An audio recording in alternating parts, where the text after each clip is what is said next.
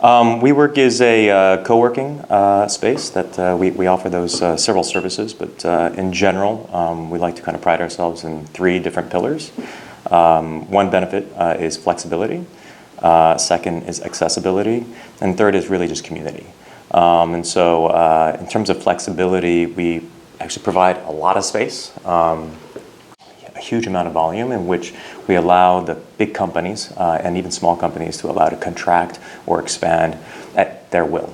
So basically a living ecos for the buildings to grow with our tenants, our members. With that, we also have a very flexible contract where we don't do typical lease contracts of 10, 5 years, but in our case, you can do maybe like 3 months, 2 months, and so on. So very, very flexible in that sense. The accessibility aspect of it is really the fact that our members can actually access anywhere from Namba over in Osaka all the way to New York or London or Beijing. So our presence all around the world becomes a huge asset for us. And then lastly, community. And I think this is very, very conducive to the Osaka community. We conduct a lot of events, and we try to also create a lot of connections between members. And this all around is really just the pillars that WeWork is able to provide our members, which is the reason why we continue to grow all around the world. So WeWork started roughly about 9 years ago, and so we're going on our 10th year, I believe. And in Tokyo, in Japan, which was our first location, was in Ark Hills, and that was in 2018, February. And so since then, we opened our first location here in Namba in December of 2018, and we've grown another 2 more buildings, and we continue to do so in this region.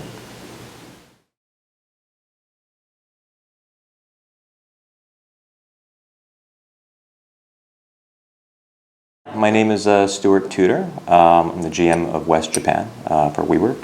I'm originally from Tokyo, actually. I was born and raised there until I went to high school and college in the States.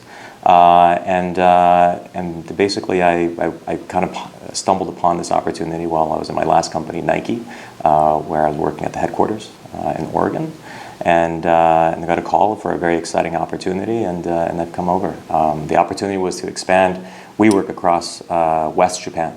Although I've had some experiences in my last company overseeing the region, this was an opportunity to actually oversee it within Osaka.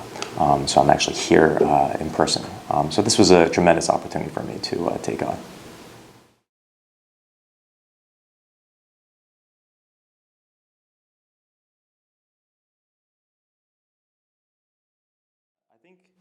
I think Osaka is a city that is really is pent up with potential.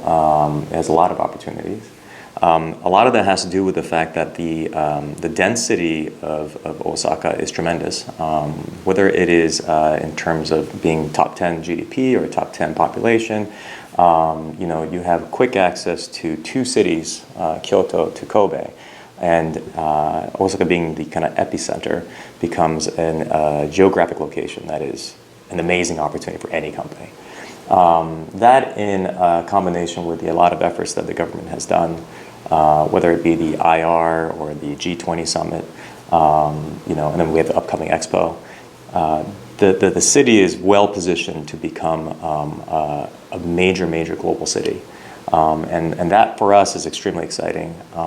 We've been in close partnership with the government as well, and they've been very supportive. And we're very happy to be involved in this level of growth because we're growing. So is Osaka. It's super exciting for us.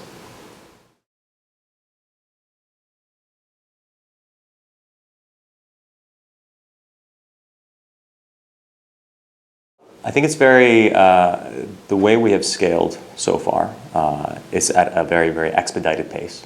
You start from Namba, and then in quick, I think 11 months, we've been able to expand within the region 3 more locations.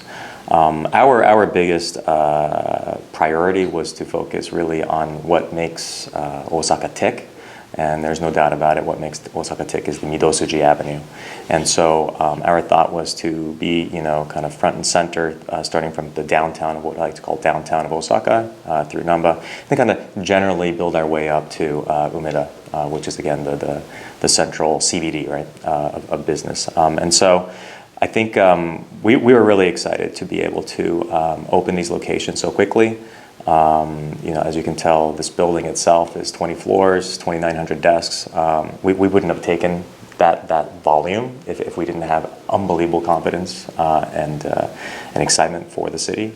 And shortly we will be opening up in Umeda, and that really was the game plan. So our strategy of executing our brand presence in the marketplace has gone exactly accordingly, mainly because of the way the Osaka membership base have taken to us.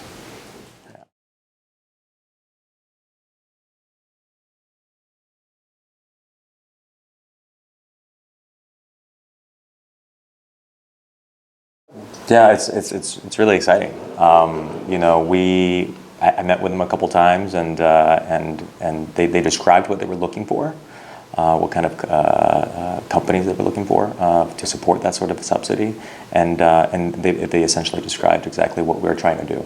And the act was really to focus on like the ripple effect, the positive effects that we can have in a local region or a local city, and that's where the alignment happened. And they were very, very excited for what our concept can do, and what we were able to present with them in terms of opportunity for our presence here in Osaka.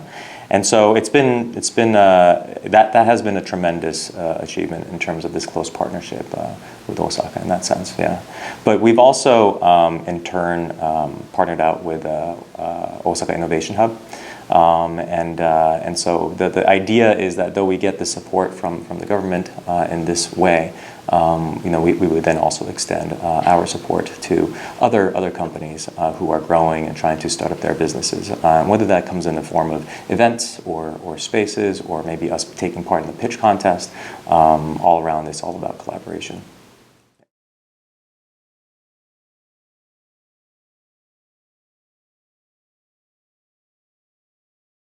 It's first of all, I really enjoy living in Kobe and working in Osaka.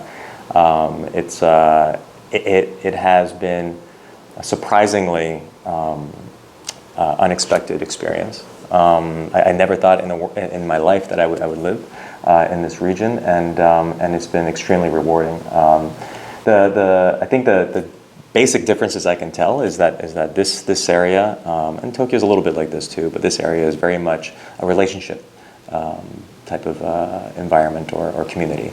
And so the more you are here, and the more you speak with them, the more warmth you get. And in general, everybody's very, very polite and very, very open.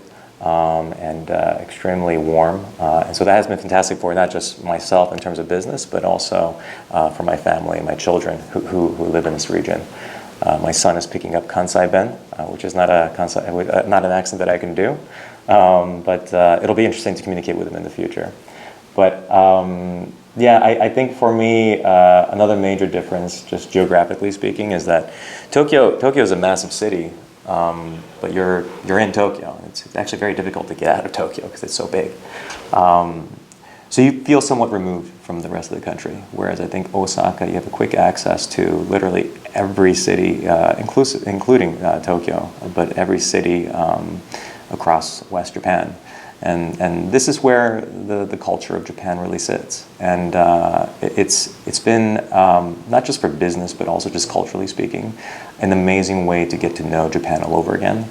To see it through the lens of Tokyo is one way, but to see it through the lens of Osaka and the rest of Japan is a whole other way. So that has been a tremendous blessing for me.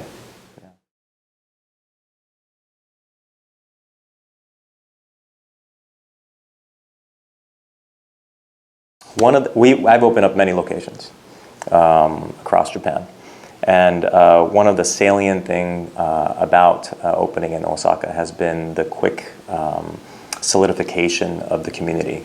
Usually it takes many weeks, many months. But in, of course, Osaka style, it does not here.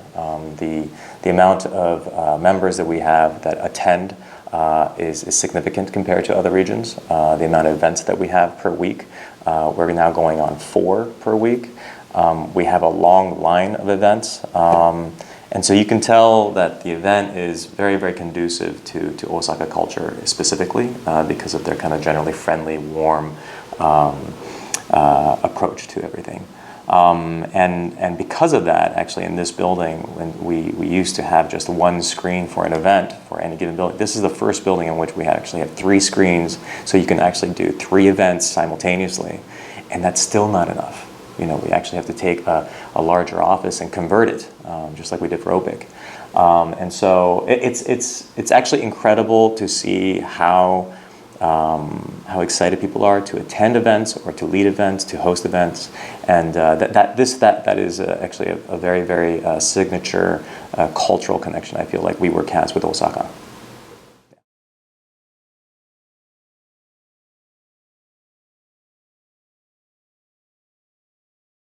I encourage all of you guys to consider Osaka.